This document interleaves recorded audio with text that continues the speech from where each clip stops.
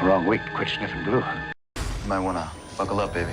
Everything you've heard about me is true. Well, good morning and welcome back. It's time for another fun week of building here around the old shop. And I'm going to start this week off with a nature minute because something really beautiful happened yesterday that I wanted to share. I was jumping out of the shower, getting ready to go to church. That's not the beautiful thing that was happening. And I was, drying my hair off, looked out the window, and I saw a little flash go by. Well, sometimes I get animals in the backyard, and so it was no biggie. So I looked out, and recently I've had a deer come by in the backyard, and I thought he was back. But when I looked out, there were 3 deer in the backyard, and I've never seen that many at the same time. So I very quickly threw on a robe because, being in nature and taking pictures of nature are 2 different things. So I threw on a robe, grabbed my glasses, grabbed a camera, and ran. My yard in the back has a slope, and they were walking up the hill towards the slope, and that meant I needed to go into the kitchen to look out the back kitchen window to see them. So I ran, got the camera, took some still pictures and some video, which I am going to cut in after this slight intro, and was watching them for a few minutes. It was glorious watching, deer in natural. Sunday morning, so there wasn't the usual workday traffic going by, so the deer were a little bit more emboldened than they would be on a weekday. So I watched them for a few minutes, and then as they went back down, I jumped out of the other room, went back, found out there was actually a 4th deer there that never got captured with the other ones because it stayed down and out of camera range. The video has mostly 2 deer in it. The still pictures had the 3 deer because I was taking pictures first, and then the 3rd deer kind of moved away, and then rather than chase that, I stayed with the other 2. But it was quite beautiful, and I want to share that with you, and I'll cut that in here now.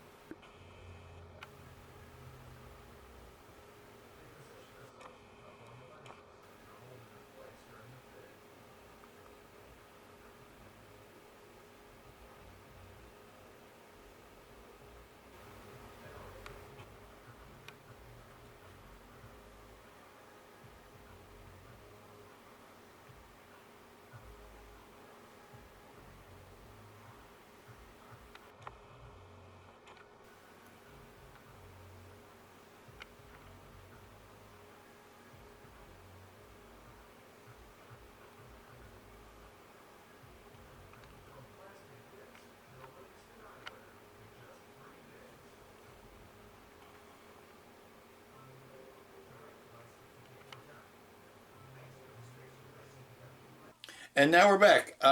This week we are working on the Falcon, Lando's Falcon, and we're working on the Wi-Fi, and we'll see how far we can get.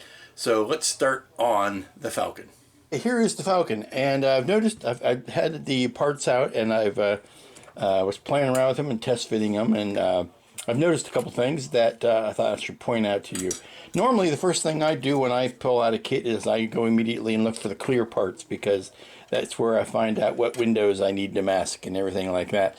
This 1/44 scale Lando Falcon has no clear parts. It has one clear part. It has the clear part that goes in the back engines. But it doesn't have the clear part that goes back behind this, the window for the gun well. And it does not have, more importantly, the clear part or the clear version of the, there is a clear stand there, so there is a clear part, but it does not have the clear version of the cockpit piece, this guy here. Normally, Bandai Falcons have both. They will give you the opaque plastic part, and then they will give you the clear version, depending on which way you want to paint it, and then they will usually give you decals of the framework. That was not to be found this time. So, and also they will give you a clear back wall here, a back cockpit wall, in case you want to light that up. But that was not the case with this kit either. So what they didn't give you in normal clear parts, they made up for in the fact that they, you know, have this nice missile front part that goes on the front of the Falcon, and also the lounge room, for lack of a better room, the rumpus room, Lando's rumpus room, is provided this time. So that makes an interesting variation in the kit.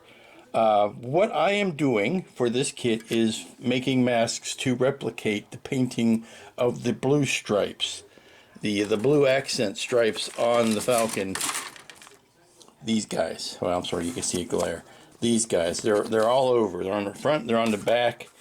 You can see them there, particularly on the back engine panel, quarter, or the back half where the engines go. And what I've done is I've duplicated those in painting masks, so that the goal would be to build this as you would normally, and then paint these areas blue, put the masks over them to keep them blue, and then paint your white around it and do your weathering. What that does is it gives you a better base for weathering, even though this Falcon doesn't have the predominant weathering that all future Falcons would. It still has some. There's still some streaking that you need to do, and I've always felt easier to do that, and better and more natural, and just a good and healthy thing to do that over paint rather than trying to do that over decals. The decals don't take the weathering paints and the weathering washes and the weathering chalks the same way that paint does. They just don't. They're decals. They're not paint. So this set is going to allow you to actually paint that blue area on, and then, like I say, protect it and then paint the white over it. I'm also going to do some common sense things like round masks for these engines, so that you can go ahead and paint them black, and then spray them black, put your masks over it to keep them black, and then paint around them, things like that. You'll see as we progress. But what I'm going to do first is some of the, like I say, the common sense construction first. Yes, I am going to light this, although not as extensively as you would if you were going to take your time and do this as, a month-long progress.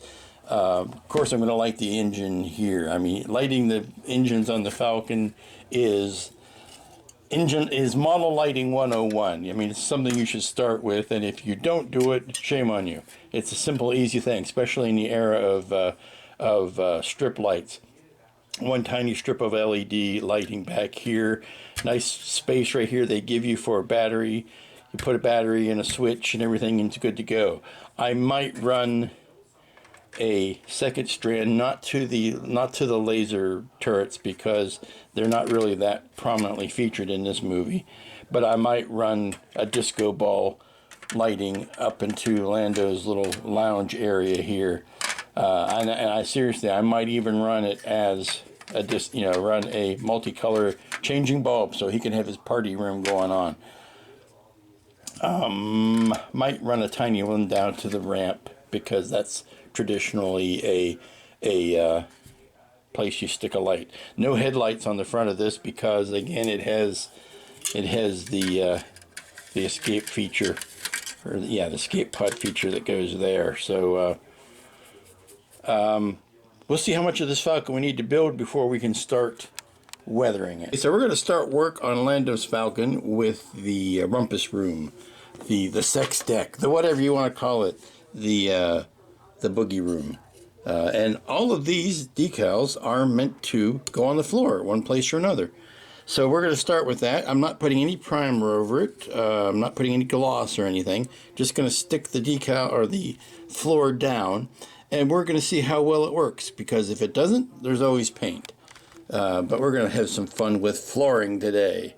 Wall-to-wall flooring. I've often made jokes about wallpaper decals, but this is actually wall-to-wall decals. Alrighty, the floor decals are down, and I've put some Solvaset over them, so it's just a question now to see whether or not they're going to settle down into all of the panel lines underneath if they settle down into there, you're seeing, the reason it looks uneven is you're seeing some glare there. We're going to see how well this dries, and if I don't like it, up it comes and paint goes down. But so far so good. Okay, I'm back after a few hours, and mixed results. The floor carpeting I like. The sofa, for lack of a better term, I do not. I'm going to peel this up and paint it because the decal just doesn't look right for that fabric. But for the flooring it looks okay, and got the walls done except for touching in some little details in there. Basically it was a question of painting some of the black wash over it and then letting it dry for a little bit and then wiping off and letting the black stay in the cracks and keeping the white fresh clean walls. So yeah, let me get rid of this mistake. Good morning. It is Tuesday and we're back at work at Lando's Falcon, and I brought out the Force Awakens Falcon that is the same scale because the more I work on this Lando Falcon, the more I am reminded of the Master Yoda's words that you must unlearn what you have learned. Because you can fall into some familiar traps when you are working on the Lando Falcon. The first predominant trap you can fall into is making it too dirty. I've been playing with the weathering on this, and I keep this Falcon out here as a constant reminder to not make it that dirty. It's supposed to be almost completely white. I mean, it's brand new, it's shiny, it's clean, and you want to keep it that way. So having the example, sorry, I'm trying to pull this room out. Having the example of what not to do in front of you can help. For example, those are the engines. You want to keep them that dirty on that Falcon, but you don't want them that dirty on this Falcon. So what I've done here is I've sprayed these, and I'm going to mask them and then spray the white back over them so that it cleans it up a bit. Here is the rumpus room from yesterday. You can see that the decals have indeed settled down into the panel lines on the floor, but all of that mustard yellow has been painted because the decals were not folding over the they weren't giving me the right look. They weren't looking like fabric, A, and B, they weren't folding down particularly over the hotel couch here in the center. They weren't folding down over the edges right, so I just took them all off, and I decided to paint those. And I'm going to paint some details over the bar and that kind of stuff. And I need to go back and look to see what color that bench is, or that bed is supposed to be. I have a sneaking suspicion it's supposed to be the same mustard yellow, but I'm not sure. There's a wonderful YouTube video of Donald Glover giving a tour of the inside of the Falcon that is absolutely invaluable for doing this kind of detail work, because he lingers over a lot of the details that you don't see that well in the movie. But getting back to the weathering, see, this is okay, going back to this predominantly, that is black inks and black washes over the plastic and minimal wipe down. This is gray weathering over the white plastic and a more strenuous scrubbing of the white plastic to get it to show back up. So keeping the weathering minimal is the key here. So what I need to do now is I need to put a base coat of primer over all this because I want to paint the blue stripes on. And I found if I paint blue, the Tamiya blue on the bare plastic, it has a tendency to want to come up. It needs to grip into some primer. So a white sandable primer on all this. Not so much that I'm going to start obscuring detail, but just a white, a light white, not light white as in color, light white as in density. Coat on that and on that, and then we're going to be able to do the painting of the panels, mask the panels, and go from there. But we have to start with base coat. Then we're going to put a clear satin over that before we start doing the weathering, because then the weathering will have a glossy surface to rest on rather than a flat surface. If you try putting weathering material over a flat finish, it will suck in and it will not wipe off as easily. So now that all the blabbering is over, let me peel these guys off and put the base coat of primer on it. Another weird deviation from this kit to this kit. For some strange reason that I don't understand, the console, the front console on this Falcon is it's molded in. This is all one part. Where's my pointer? This is all one part, where in the smaller Falcon, or the Force Awakens Falcon, the front console was a separate piece. I don't know why they chose that when they could have simply just brought that part over. Maybe they felt there was enough of a redesign that it was worth it, but strange nonetheless. And these are the things you discover. I am going to go ahead and get this sprayed with a black inside there, and get this back wall ready for the decal, and do all the decaling for the inside of the cockpit while everything else is drying.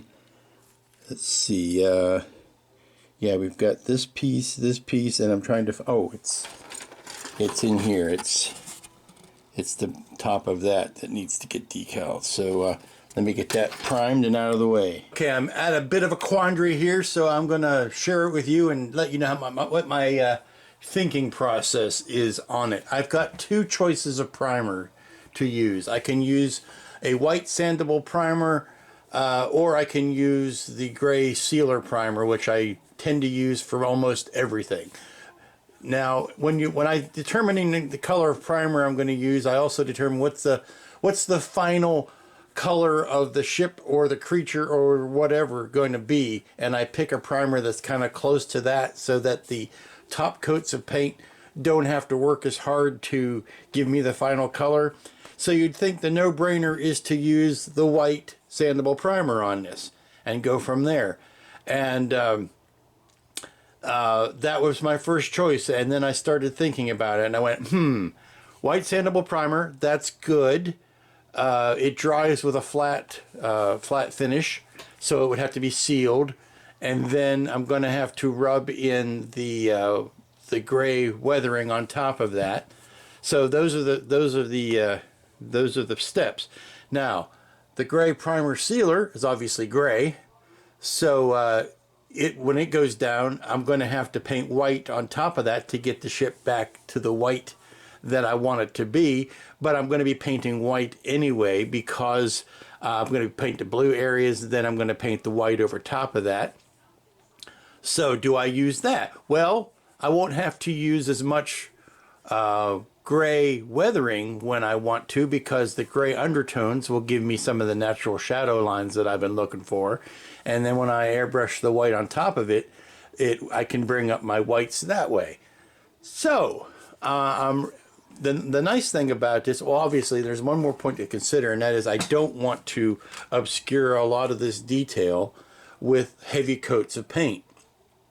And I'm thinking the white sandable primer is nice, but on this lighter plastic, you can have a harder time knowing that you've covered everything. So you have a tendency to plaster it on there so that makes sure you're covered. When I'm putting gray on this plastic, I can notice the color difference right away, so I know I've got everything covered. Also, when I'm painting the blue, this is not a bright blue. This is a almost a colonial type of blue, almost a jewel tone of a blue. And I think using a regular blue on gray would give me that color. So I'm thinking that what I want to do is spray this with a light coat of the gray primer. The gray will settle into the recesses and give me my natural shadow lines. And that's what I'm going to do. I'm going to spray it with a light gray primer, and then the blue, and then build the whites on top of that, rather than going with the white primer that I'm going to have to dirty down. So thank you for spending this 2 minutes inside Lou's brain. I hope it was, go take a shower. I hope it wasn't as disgusting as it could have been. And here's my answer on that bunk. It is black. Let me go through the rest of this video here. Here we have the guest quarters. Pretty awesome space. Yeah. Over here, we have one of my favorite. Okay, the details for the bar show black accessories or black contrasting with some silver and white. The one major thing that I've learned that I screwed up that I have to redo. Make you a drink if you want, you know. This ship has probably never looked better than when Lando kind of had it. Ta-da! This is where the magic happens. So the captain's quarters, it's different, but we don't have models. The model doesn't include the captain's quarters, so we don't have to worry about that set. But the big round table, I'll go back to the beginning here. The big round table in the... I'm going to show you around. These are the living quarters. See, I painted that by mistake. I painted that area here the same color that, so I need to go back and repaint that white. And also the, looks like the top of this table here needs to be orange. But this gives you a good idea of what color the bar should be, and the back walls are a lot cleaner than the model would have you believe. Quarters.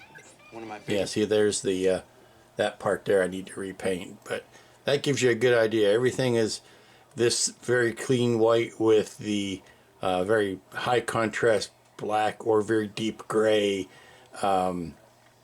trim. So good. Things that you learn. Everything. And this bit here needs to be silver, obviously, so there you go. Always good to check your references, and thank you to the people that made this behind the scenes video. It's pretty great. You don't want to touch any of this. Okay, this tells me the color of this console. Now go back to... You don't want to touch any. There, that's the picture I want. So a white front, gray sides.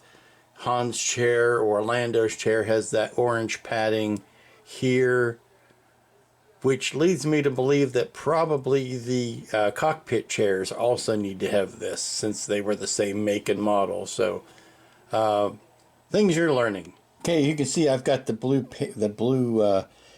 areas overpainted, way overpainted, and I'll tighten those up with the painting masks. But I've got the gray on the top and the bottom of the Falcon. Now, even though the Falcon doesn't get any, the bottom of it doesn't get any blue stripes, it's important to me that whatever I do to the top, I do to the bottom, and in fact to the gun turrets and all of the exterior, so that I am always building up from an area of, like, I treated everything the same pretty much, so that when I go over the whole thing with the whites, they will all match because they're going over the same color of gray. So there are a couple of gray panels on the bottom that which are these animals here that I don't seem to see decals for, but I may go ahead and make masks for those. Like these ones I definitely will.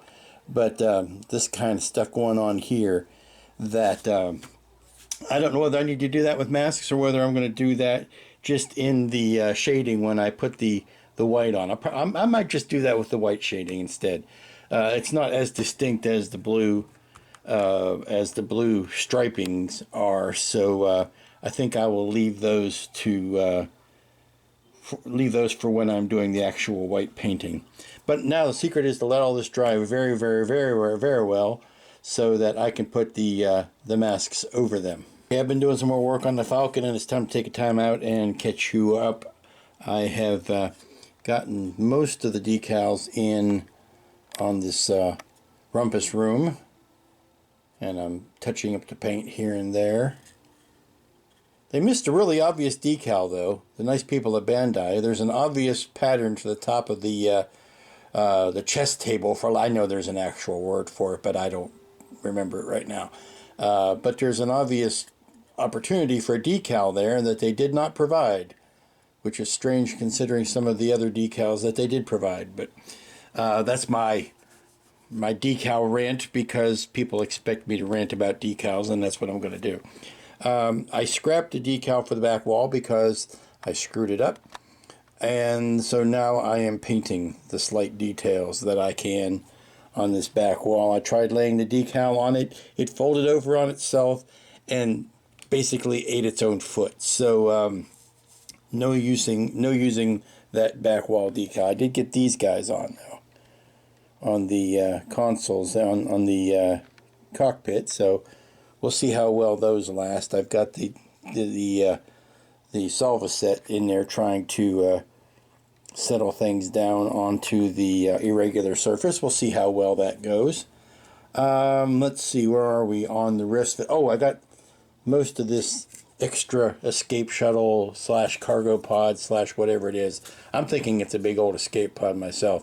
But I've got all this detail done. Since it's the one thing we've never seen before, it's kind of the most virgin territory, so to speak. So I got the engine bells and all that detail painted in, and then I'll put the masks over these two blue bits and put the white paint over that. Let's see, where are we on the rest of it? You've seen that drying. Really, I've been concentrating on doing this tiny fiddly bit work. Not much to show, but at least it's tedious. Good morning and welcome back. It is Wednesday morning, and it's time to put the templates over the blue paint on this Falcon. Now this is dried overnight. You can see I've got the templates in place protecting the engine manifolds, intakes, out exhausts, whatever you want to call them, the black things. Those are masked off, and the areas where the blue paint is going to go are masked off, and I am ready to start a painting. I'll backtrack slightly to show you that I did finish up the lounge, for lack of a better term. I got all the decals in. Mixed success on those. Putting flat decals over wildly three-dimensional shapes is never a good idea, but it seems to work out okay here. And also painted up the cockpit. Now, I found a very, very good reference picture of Lando's cockpit, and yes, those sides are white. That is not black like traditional you would paint it. And the surround around the door is also white. That is meant to be white. It is not the beige or the mustard yellow that Han's Falcon sported. So yeah, it looks sloppy there, and I may touch that up a little bit with some black or some silver over that back wall, but frankly, by the time you bury it inside the cockpit, you hardly ever see it. So that's enough of that.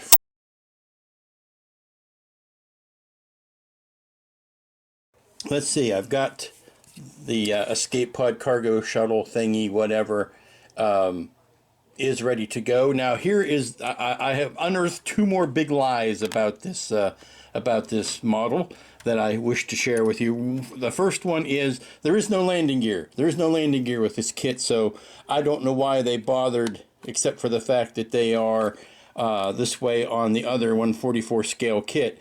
But I don't know why they bothered making the landing gear doors operable, since there is no landing gear, not even holes for pegs for landing gear. Even if you wanted to use the landing gear that you weren't using on your Force Awakens Falcon, you cannot use them here because you would need to drill new holes.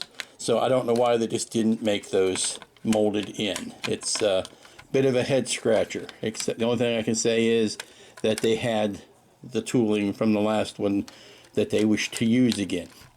So that's big line number one. Big line number two is the way the escape pod fits. You got this part in here, which looks like a docking ring. You have this part in here, which looks like a docking ring. You would expect that those two meet up. Well, they don't. They don't. There's a good inch gap between them. Thirdly, this kit also requires you to make a decision whether you're going to have that thing joined or not, because there are several parts like these that if you put them in place, you cannot fit the pod. You cannot fit the pod in place with those because they are, I'm going to try to slide this in with one hand, because they are in the way. These rails here that the thing kind of slides on, I'm going to leave. Let me put the camera down. Hold on one second. Okay, it's snapped into place. Took me a few seconds. There it matches up, meets up quite nicely. But you will see. Look at that. There's a gap there. Those two things don't meet up. It's a lie. It's all a big old fake and a fabrication. However, these guys, these are the ones I'm talking about. These will not fit in between. If you put them in something like that, that's the one that goes on the top, the underside of the, here. If you put, let me just give this as an example. If you put this piece in, if you put that piece in the way it's supposed to go, it will not allow the shuttle to fit in behind it. So what I'm going to do is sand that down a little bit so that I can slide it back a little bit further, knock out these two pins, or yeah, I've got to grind those pins down, and then slide this back a little bit further so that it sits far enough back that I could still include them and have the shuttle fit. But that's not on today's goal. Today's goal is painting. So let's get on with the painting. First, I need to take all of the templates that I have designed for the covering of the blue stripes and put them back down in place. You saw them on the raw plastic. Now you're going to see them again over top of the blue paint. Well, here you go. The shapes are over. The vinyl masks are over the blue areas where the blue stripes will be painted. Actually, the blue stripes have already been painted. It's a question of protecting them with the masks so that when you paint the white back over them, when you peel these up, you get the blue stripes. And be careful when you are putting your blue paint down that you have a real good idea where these masks are going to go, because you end up doing this by mistake. There's no reason for me to have painted out that much or down in here. I was just overshooting where the stripes actually were, and if I'd have paid closer attention, that wouldn't have happened. So just be mindful of that if you don't mind. Got the blue stripes mask, got the engine intakes mask. I've got the gray panels on the bottom masks. I'm leaving them kind of the gray of the primer. I did spray a little metallic under those areas, so maybe we'll get some nice contrast out of that. I've got the blue areas also masked off here, and the gray bit underneath the cockpit. So there's also one here that's masked off. Kind of follow the decal sheet for numbers and look at your instructions, and the masks are laid out like the decals are, so you can use the corresponding numbers.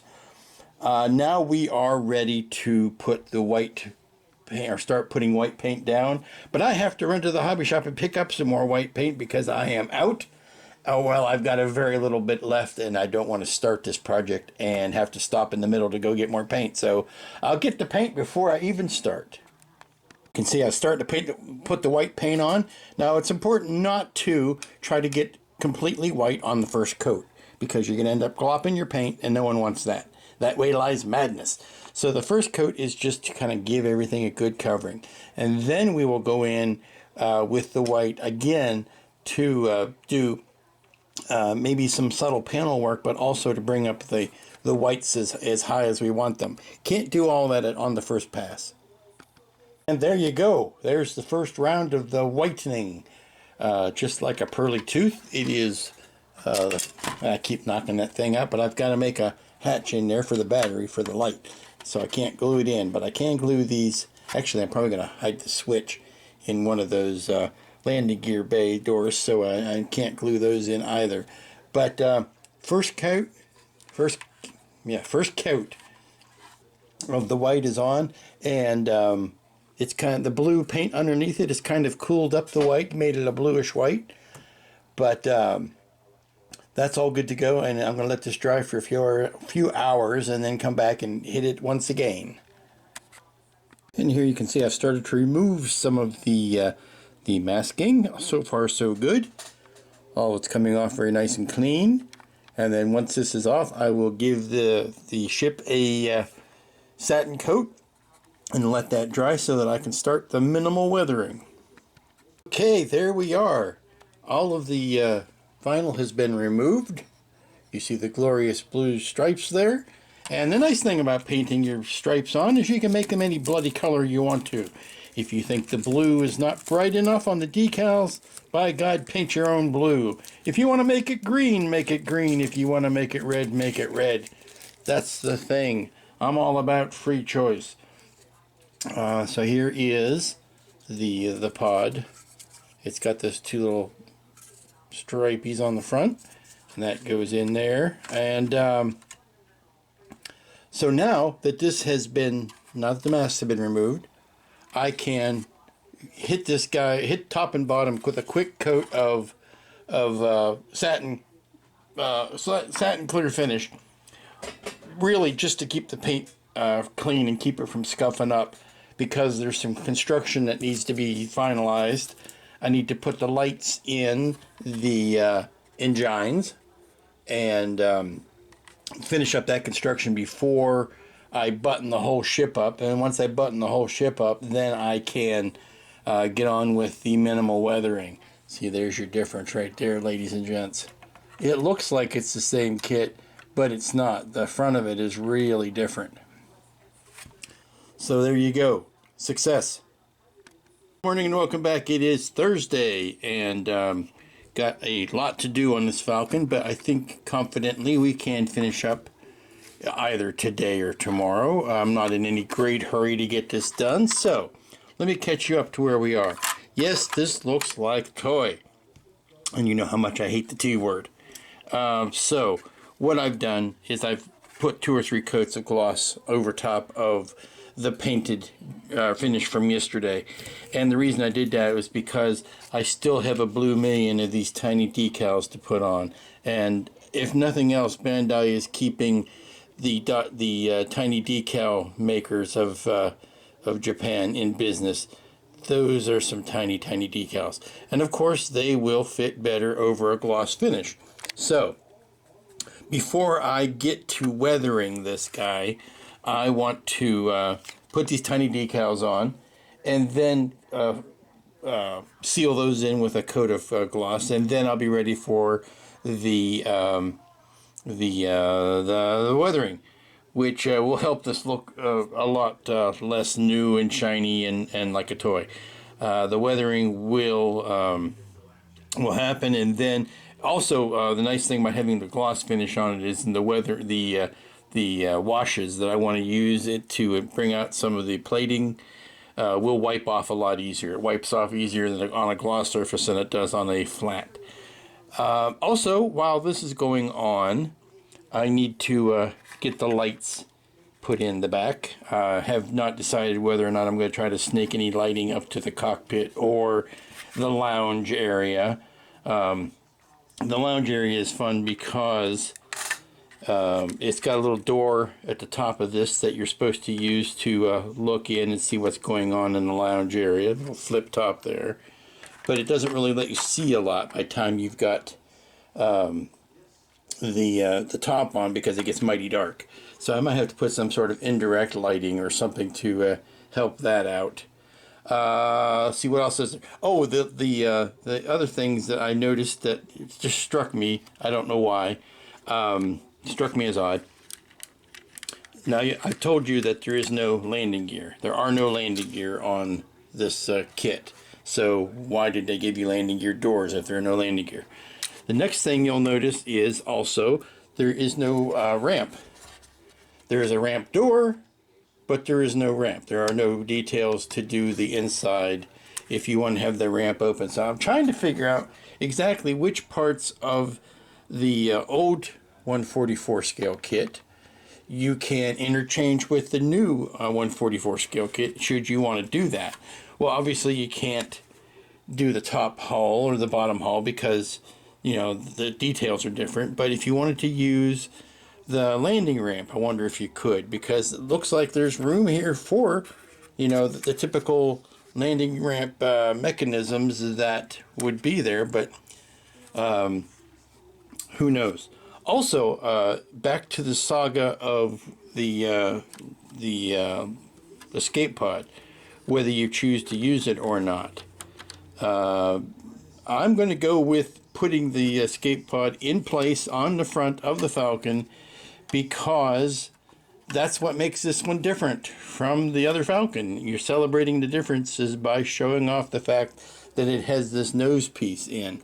And since in the movie, the nose piece is on the ship for 99% of the time, maybe 99.8% of the time you see it, it is only missing in the one shot towards the end, that I'm not going to ruin for anybody, where Han starts to mess up the look of the Falcon. So all the time that it is in Lando's under Lando's control, that pod is there. So I'm going to put that in place. I'm not going to glue it in case, I want to take, play with it a bit, for lack of a better term. But the parts that will stop this from joining up, which are these two guys, I'm not going to put in. So there. Where are we now? I guess we're ready to put decals down. I've come up with a look I like. Nice alliteration there. What I've done is I've taken some of this. Let me find the jar of it.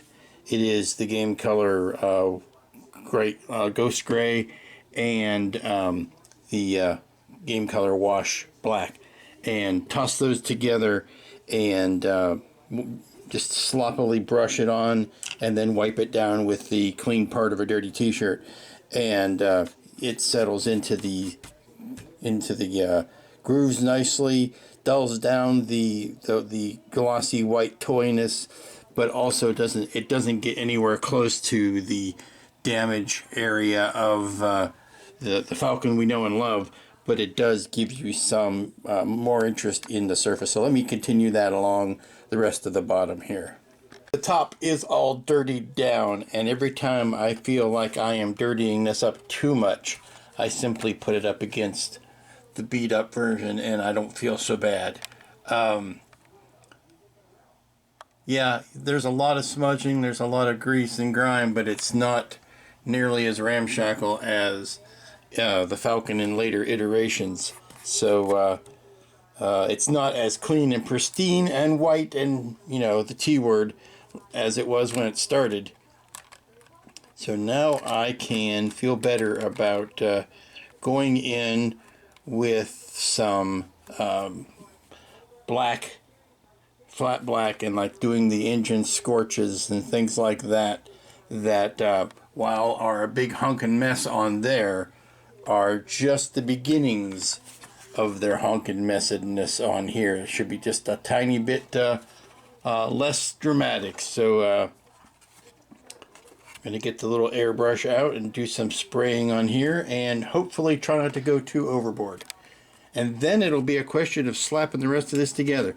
I have ditched most of these tiny decals. I know that probably breaks the heart of many a rivet counter, but the tiny decals, at this point, they're no one's going to be impressed by those. So I put on a few of the notable decals, and I may change my mind later, but I just couldn't see putting those little tedious things on there.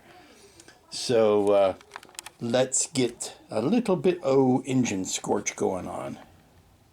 Switching gears a bit, time to start lighting this Falcon up, and to that end, a simple strip of LEDs. Now that's a nice even light there. If you look at it like that, you can see it's real sourcey and obvious, but it looks so much better on the front, and that is due in fact to the prisming of the plastic piece.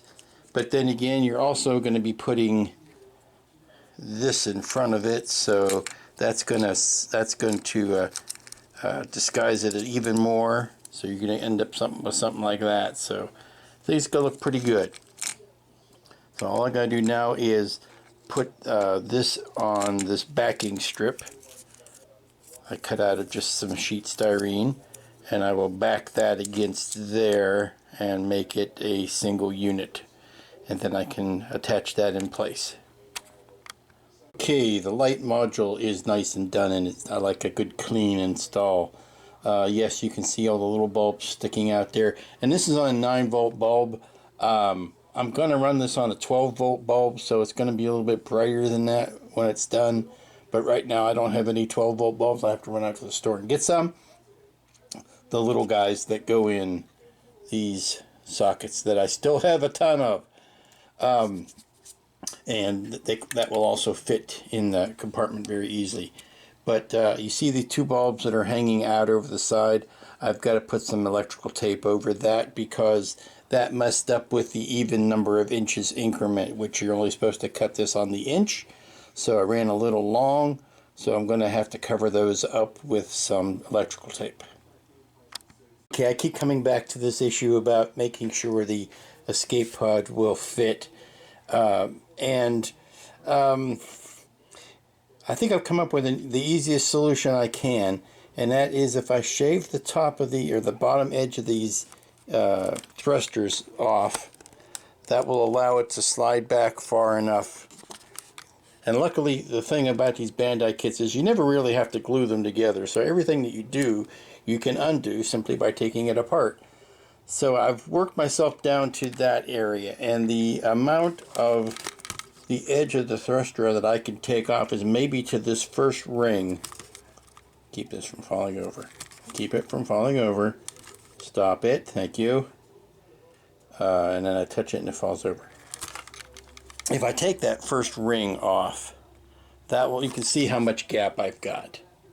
And I take off that first ring, that's going to allow me to slide the whole assembly back far enough. So let's do that. That's easier than altering a bunch of other parts. It took a couple rounds of sanding, but here we have a tight seam there, and we have the piece in the nose, which is important, this gray piece, and we have the engines barely touching them. So I think that was probably the most elegant solution I could come up with. Now I just need to touch the paint up on the end of those engine nozzles and finish the wiring so that I can close this guy up. Okay, a quick look at the lighting for the cockpit. Yes, it's very bright.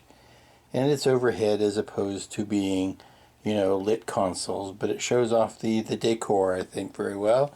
And the other light you see is from the attached from the roof there is going to be the lounge lizard light, and it's going to light up. It's centered over the top of the table, over the gaming table, which, as I recall from the movie, was where the brightest light in that room was. So it's going to sit something like that, and then when you look in there, you will be able to appreciate the detail in the room from the way that it's lit up. So there you go. Okay, I'm having flashbacks, and I remembered what an idiot I was. So, was having problems with the lighting, and then I remembered that I had the same problem with that Falcon's lighting as I tried to mix SM LEDs and strip LEDs and put them all on the same power source with the same switch, and that does not work. So that means I need to add another power source and another switch, another battery pack and another switch to this Falcon so that I can get its lights working at the same time. It's not squeezed together for that very reason, but you can see how bright the cockpit is. And if I open up the Lizard Lounge doors, you can see that it's got that purple glow that you get off of cool LEDs, but it's not completely inappropriate in this instance. There you go, the light's right over top of the table. So you can see it's all in there. Now I just need to get a switch to work that. Alright, it's a lot later this evening than I planned on working. It's a little after 7 on Thursday. But I've got the 2 circuits in. I've got the 2 batteries in. And now these batteries are very close to dead.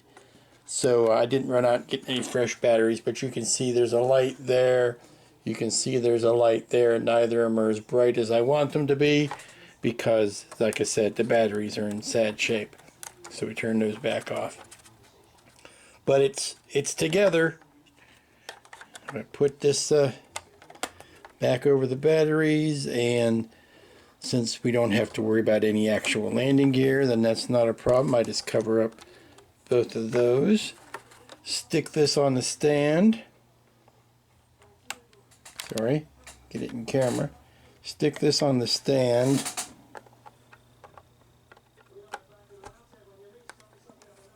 There. And it's done.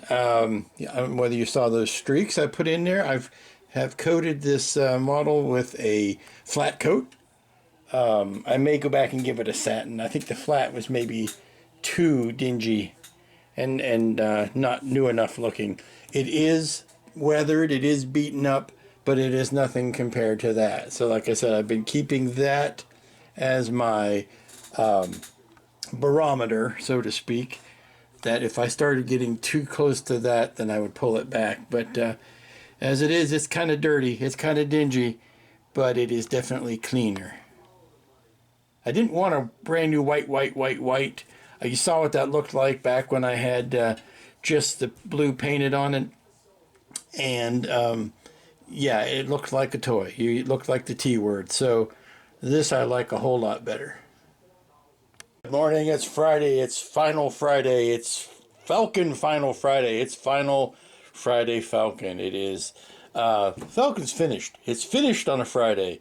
And that's all of the F alliteration you're going to get, lest I go into more R-rated commentary. So, Falcon's finished. I'm going to hit it one last time with some satin, a satin finish. For the satin finish Falcon Friday, I've gone in and I've touched a couple spots with some silver highlights here and there. And this flat finish, again, another F alliteration. The flat finish isn't all I had it cracked up to be. It's taken away some of the new showroom look of the Falcon. So I'm going to put a satin coat, not a gloss, but a satin coat over to kind of shine it up a little bit. It'll still be dirty, but it'll be shiny dirty. Or semi-shiny dirty.